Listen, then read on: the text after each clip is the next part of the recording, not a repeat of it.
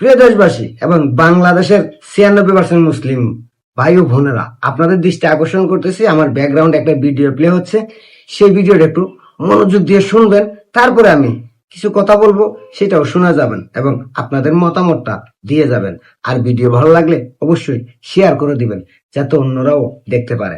আমি মনে করি যে এই জাতীয় জাদুঘর যে অবস্থায় আমি দেখলাম, আমার কাছে মনে হয়েছে এটা আরো অনেক বেশি সমৃদ্ধ করার জায়গা আছে। ইসলামে প্রাণীর যে মুখাবয়ব সেটাকেই মূলত নিষিদ্ধ করা হয়েছে। যে শহীদ, আমরা তাদের মুখাবয়বকে বাদ দিয়ে অবশিষ্ট যে দৃশ্যগুলো সেগুলোকে চিত্রিত করার জন্য পরামর্শ দিব। সেখানে খুব বেশি পরিবর্তনের প্রয়োজন হবে না। ইসলামে প্রাণীর যে মুখাবয়ব সেটাকেই মূলত নিষিদ্ধ করা হয়েছে।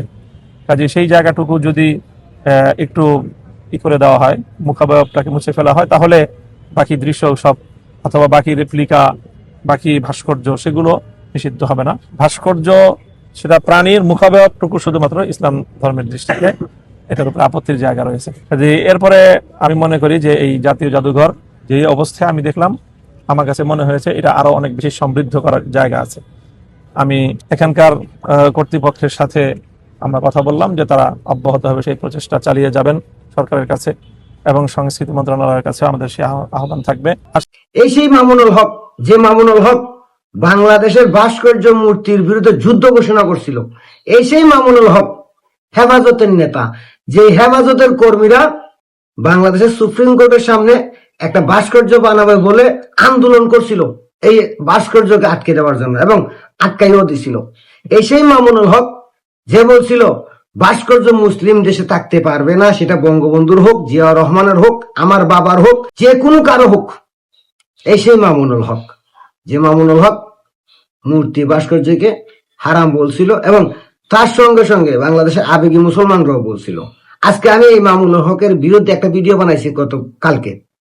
আর এই ভিডিওতে কেন আমি মামুনুল হককে নিয়ে কটাক্কা করে কথা বলছি, এইটার জন্য মামুনুল হকের বক্তরা আমাকে যা তা করে গালাগালি করতেছে। আমি নাস্তিক, আমি ফেরাউন, আমি এই, আমি সেই, আমি বিধর্মী।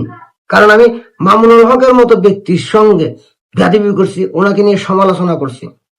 আর এই মামুনুল হক আজকে ভাস্কর্য মূর্তিকে বৈধতা দিচ্ছে।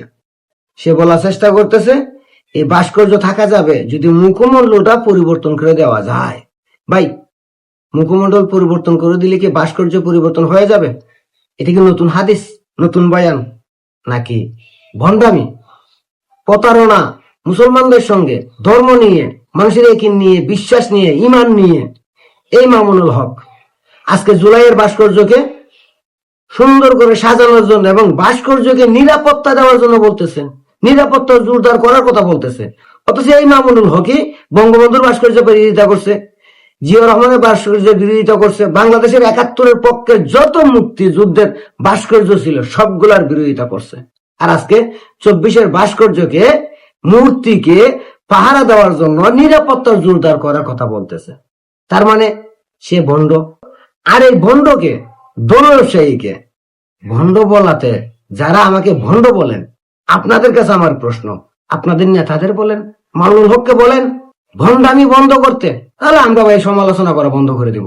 ধর্মকে পুঁজি করে, মানুষের আবেগকে কাজে লাগিয়ে, মানুষের ইমান নষ্ট করে কেউ কোনোদিন আলেম হতে পারে না, জালেম ছাড়া।